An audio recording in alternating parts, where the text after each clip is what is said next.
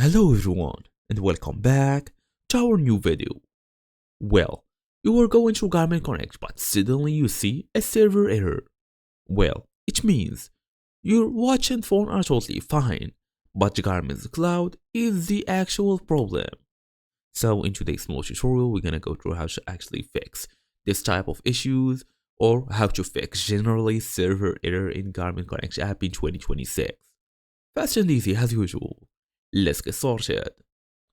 Well, first and first, go all the way and check if Garmin servers are actually down by going to status.garmin.com or search Garmin server status on Google or on Bing, whichever browser you are using.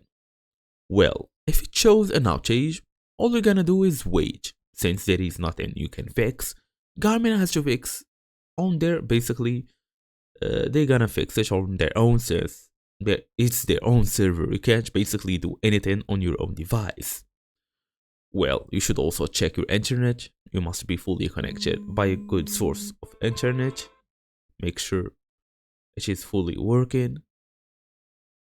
After this, like if the servers are fully up, the problem is your connection. All we're gonna do now is toggle the airplane mode. So for example, we're gonna go all the way, tap on airplane mode. Then toggle it off again, switch between Wi-Fi and mobile data if necessary as well.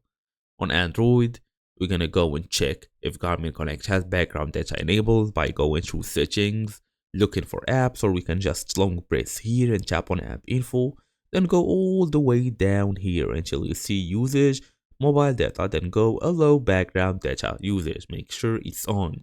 And that's it. Thank you all for watching, and I will see you all in the next video.